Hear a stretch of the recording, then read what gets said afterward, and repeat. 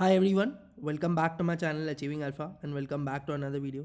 I hope that everyone is having a great weekend and definitely no trading or investing is worth the mental stress and sometimes even anxiety that people go through.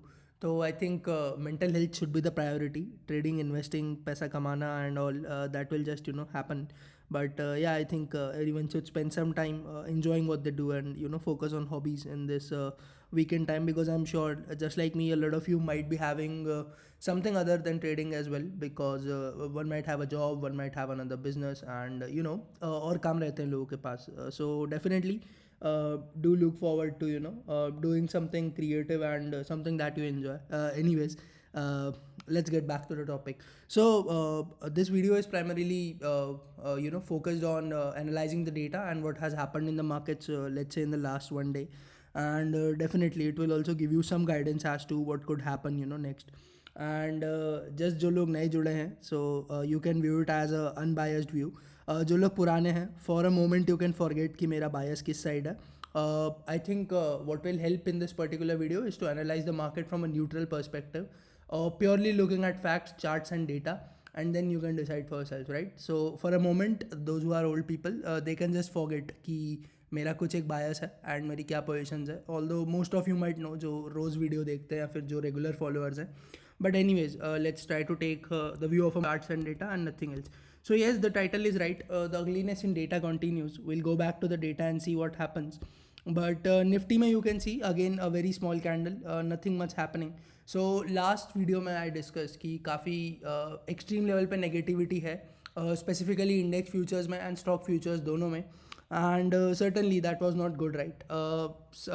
मतलब index options में भी if you saw, so if I remember correctly, so call में buying थी and that's why you saw this uptick in the starting hours of the market. But overall एक बहुत ही narrow range में था market. And certainly US भी काफ़ी time से oversold था. That's what I was telling on Telegram. तो एक बाउंस वहाँ पे भी एक्सपेक्टेड था. बाउंस आया, बट एज आई मेंशन कि जो भी बाउंसेस यूएस में आ रहे हैं that are so short lived कि थोड़ा ऊपर जाता है एंड देन ऊपर से सेलिंग वापस विटनेस हो जाती है, राइट? तो निफ्टी का ये चार्ट है on a daily time frame. You can see कि ये ट्रेंड लाइन सॉर्ट ऑफ चल रही है. एक बार फेक ब्रेकआउट आया था, देन फिर एक ब्रेक डाउन, देन एक बार फिर ब्रेकआउट का अटेम्प्ट हुआ था, अगले दिन गैप डाउन एंड देन वापस ट्रेंड लाइन से रेजिस्टेंस लेके इट फेल बैक. तो अभी चीज़ें सही नहीं दिख रही है. Definitely there are like two inside candles जो बनी है इधर बैक टू बैक. तो नाउ व्हाट्स इंपॉर्टेंट इज कि इसका low should act as really convincing support at least for the people. And high तो definitely there are like challenges, और data में तो अभी काफ़ी ज़्यादा नेगेटिविटी दिख रही है. Will talk about that, but definitely things are not looking very good. And intraday में इतना कुछ एक्शन था नहीं. If you would have sold options then अच्छा खासा पैसा बनाते आप, even though it was Friday, right? Because yes there was a good decay in the market. तो देखते हैं बाकी क्या होता है. Bank Nifty had much more strength relatively if you compare. तो देख सकते हो ऑलमोस्ट 0.3% ऊपर ये जो है क्लोज हुआ है, एंड इंट्राडे में भी इसमें ज़्यादा स्ट्रेंथ दिख रही थी ड्यूरिंग द मार्केट. तो certainly that is one. USD INR के बारे में आई थिंक हम ज़्यादा बात करते नहीं हैं प्रीवियस वीडियोज़ में भी.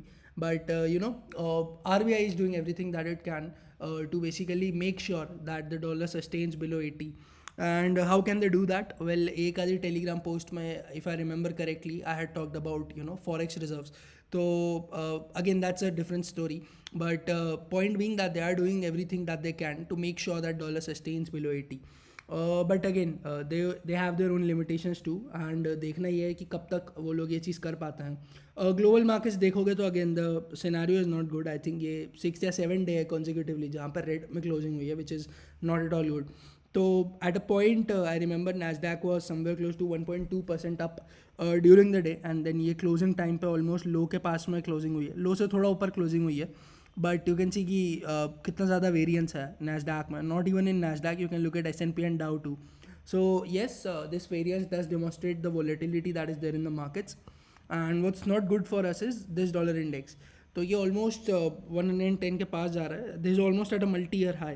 तो this is definitely a cause of concern. Now people might say a lot of different things, but definitely dollar index surging this high is really bad. Commodities में देखें तो Brent oil has fallen below 100. And a lot of people might say that okay, this is positive for India, but mind you that very firstly the reason that Brent is suddenly started to fall and came below 100 is the expectation of a recession.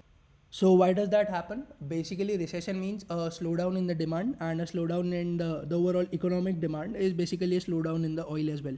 So that's the reason that Brent is falling. बहुत ज़्यादा fall भी नहीं किया है, but people are taking that positively and giving it as one of the reasons that markets have started to rally up.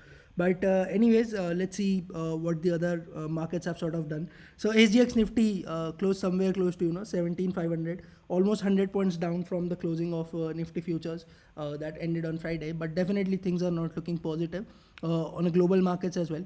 Europe में थोड़ी बहुत positivity थी, बट यूएस में जो अनएम्प्लॉयमेंट का डेटा था, जो जॉब्स डेटा था, that wasn't taken very positively by the market. And definitely इसमें से काफ़ी सारे इंडिसेस ओवरसोल्ड हो चुके हैं.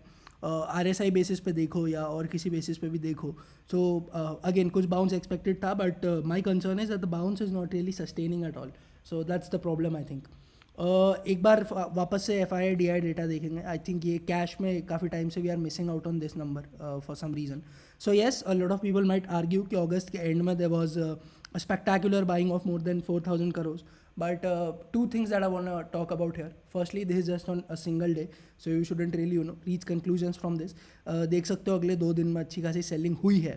Okay, this is FNO या कैश में 2290 करोड़ एंड कल it was almost negligible 8-9 crore के आसपास की selling. But what I want to draw your attention is, last video में मैंने दिखाया था कि जो amount of negativity index futures में बनी है that is like too much. तो अगर FNO का डेटा देखोगे तो ये वही डे ना जब मैंने लास्ट वीडियो बनाया था. 4,189 करोड़ की जो है सेलिंग है इंडेक्स फ्यूचर्स में.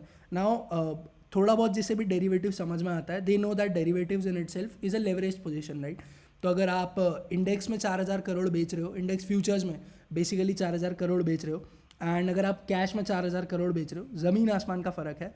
आई नो जैसे डेरिवेटिव समझ में आता है, दे नो कि इसका क्या मतलब है, क्या सिग्निफिकेंस है, बट पूरी पिक्चर देखनी चाहिए. सिर्फ एक दिन की कैश बाइंग से you can not just say कि मार्केट अब बहुत ज़्यादा पॉजिटिव हो गया and you can expect breakout and what not. Again 2 सितंबर का भी डेटा नंबर के टर्म्स में अगर देखें तो 2,000 करोड़ की सेलिंग है यहाँ पे भी. This is again not small man, I mean mind you, this is like again huge selling here. तो एक बार जाके हम नंबर्स में देख लेते हैं कि क्या हुआ है and then will close this particular video. तो अगर मैं यहाँ पे आऊँ तो आई थिंक सबसे ज़्यादा इंटरेस्टेड लोग इसी डेटा में रहते हैं. तो let's start of with this. Let's start of with the net long position in index futures. Last video मैंने बताया था कि 40,000 से ज़्यादा शॉर्ट कॉन्ट्रैक्ट्स बनाए थे in index futures. That is like massive, right. और इतनी लॉन्ग अनवाइंडिंग थी.